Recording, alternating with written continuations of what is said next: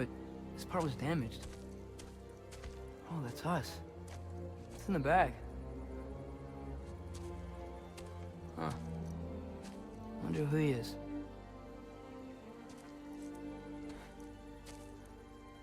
Wait.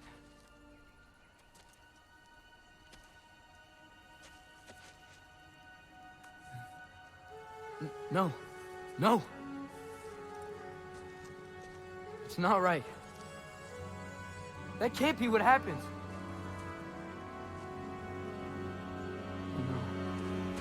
No. No. This isn't real. Ironwood's not real. Ungar's not real. None of this is real! At the end of God of War, we found out that Kratos was destined to die. God of War Ragnarok reaffirmed this prophecy when Atreus found out about his father's destiny. How did Kratos once again manage to change his fate? In order to answer this, we need to analyze 3 key scenes from God of War Ragnarok. These scenes are, first, the prophecy itself, second, Kratos' relationship with Atreus and his evolution as a character, and third, Kratos' trust and Atreus' choice. Let's start off by looking at the prophecy. We can see in this scene that none of these events have happened yet, because the first engraving is that of Atreus receiving the soul spheres of the giants that have passed from Angrboda. As Atreus continues to look, he sees himself holding his father, Kratos, while Thor looks on. This is important because according to the prophecy, Kratos was destined to die against Thor, and that Atreus would then join Odin. Why is this prophecy so important? Because of this scene. Father, I'm worried about Thor. Why? Last time you fought, you couldn't beat him. What happens when we meet him again? What'll be different from last time? Last time, you were not with me. Wow. Thanks. Now, despite all of us believing that Kratos could one-shot any god, and that may be true, Kratos himself does emphasize one very important variable in his fight with Thor, Atreus. Before we proceed, let's go back to the prophecy and see why this admission from Kratos is so important. The engraving has Kratos, Atreus, and Thor together. Given that Atreus is seen removing the soul of his father and then later joining Odin, we can interpret this prophecy as Kratos' fall would ultimately be at the hands of both Thor and Atreus rather than just Thor himself. You might be asking yourself, how could Atreus possibly make that large of a difference? I'll let Kratos answer that question himself. The death of a child is not something a parent gets over easily. But he was gonna kill her. She would have died to see him live. Only a parent can understand. So you'd let me kill you? If it meant you would live. Yes. Kratos' willingness to sacrifice himself for his son is further foreshadowed by the theme of parenticide in God of War, and by this next scene in particular. Let's take a look. I killed my father. That was your father in hell. Is this what it is to be a god? Is this how it always ends? Sons killing their mothers? Their fathers? No. We will be the gods we choose to be. Not those who have been. This foreshadowing and theme of parricide from the last few games gives us a strong indication that Atreus was meant to betray Kratos in the end, and that it was ultimately Atreus and only Atreus who would be able to put down Kratos for good. But so far, we've just talked about how and why the prophecy was to unfold. As we know, in the end, this did not take place. In order to answer how was it that Kratos changed fate, we need to look at Kratos' relationship with Atreus and his evolution as a character. What's wrong?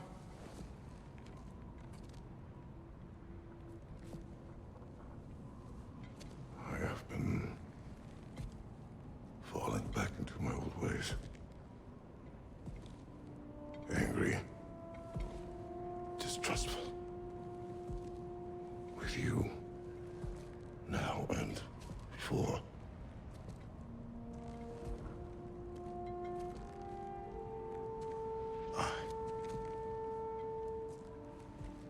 I chased you away. Without you? I got reckless. Overconfident. Made stupid mistakes. I don't know why I thought I could do this alone. You were right. No.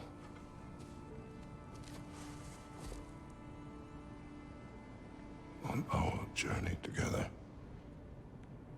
you have grown into a warrior worthy of your namesake. I was the one who was not ready.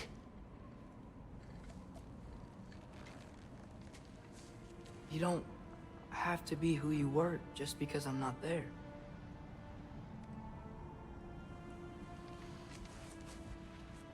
Let's make a promise.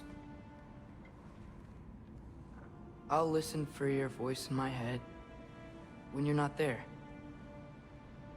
to guide me. And you do the same. Right?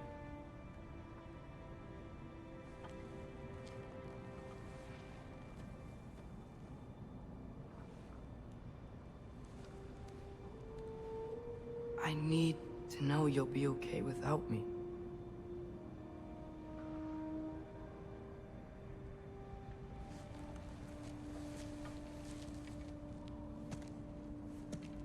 Atreus.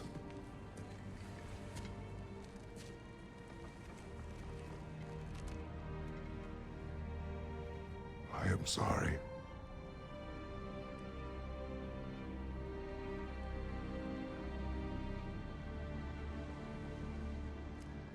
Don't be sorry, Father. Be better. Let's go home.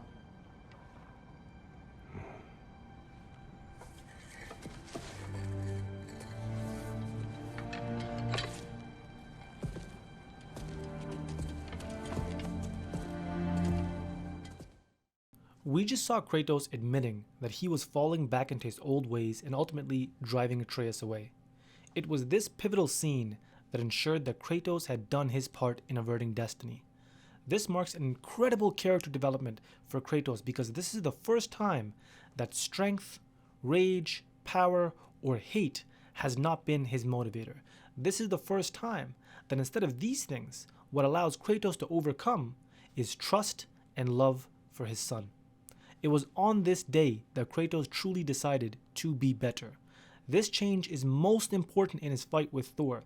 But before we analyze that fight and compare it to prophecy, let's take a brief look at it. Don't change.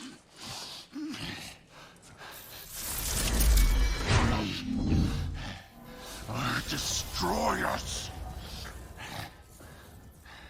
No more.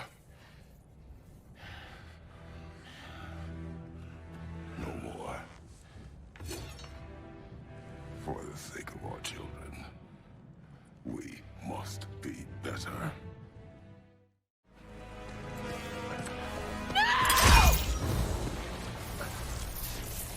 Dude, this was all their fault. They've done this to us, to our family.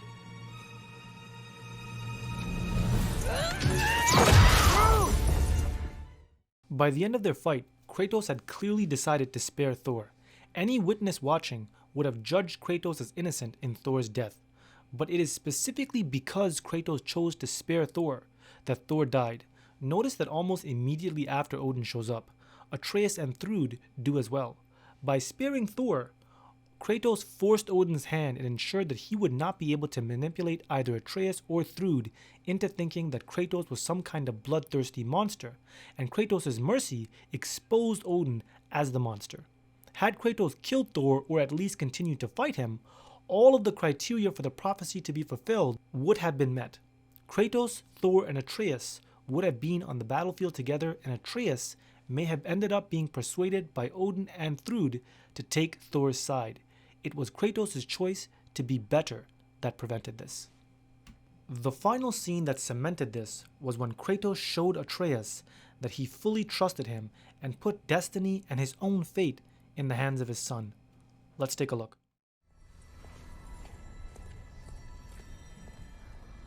You did it, Loki. No. No more fighting. No. None of that matters now. This is your moment, Loki. Groa tried to hide you from me, but this is your destiny. Champion of the Jotnar. Only he can put on a mask. Only he can gaze into the truth of creation. Unfold the secrets of life and death. No more doubt, no more confusion. You were born for this. Put on the mask, Loki. Ask it the question.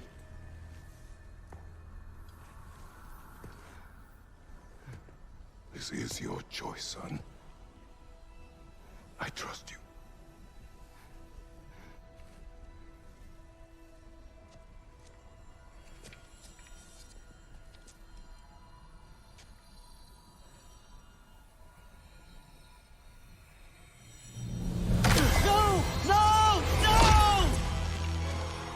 Why did you do that? What was it all for? You choose to be nothing! Notice a few important things about this scene.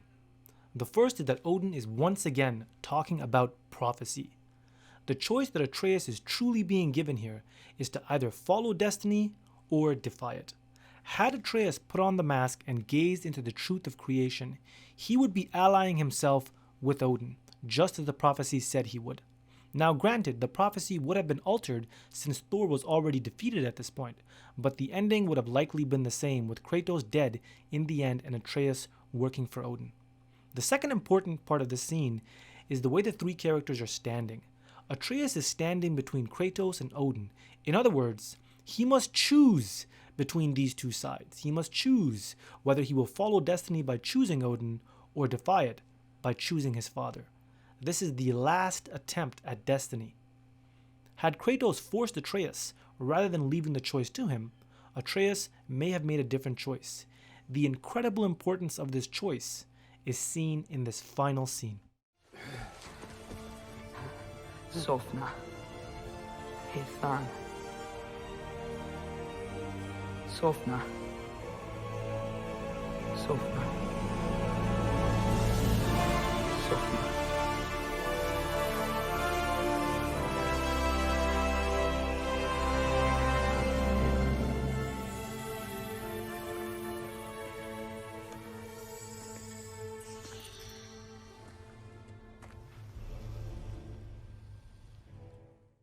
Compare this last scene to the engraving on the stone.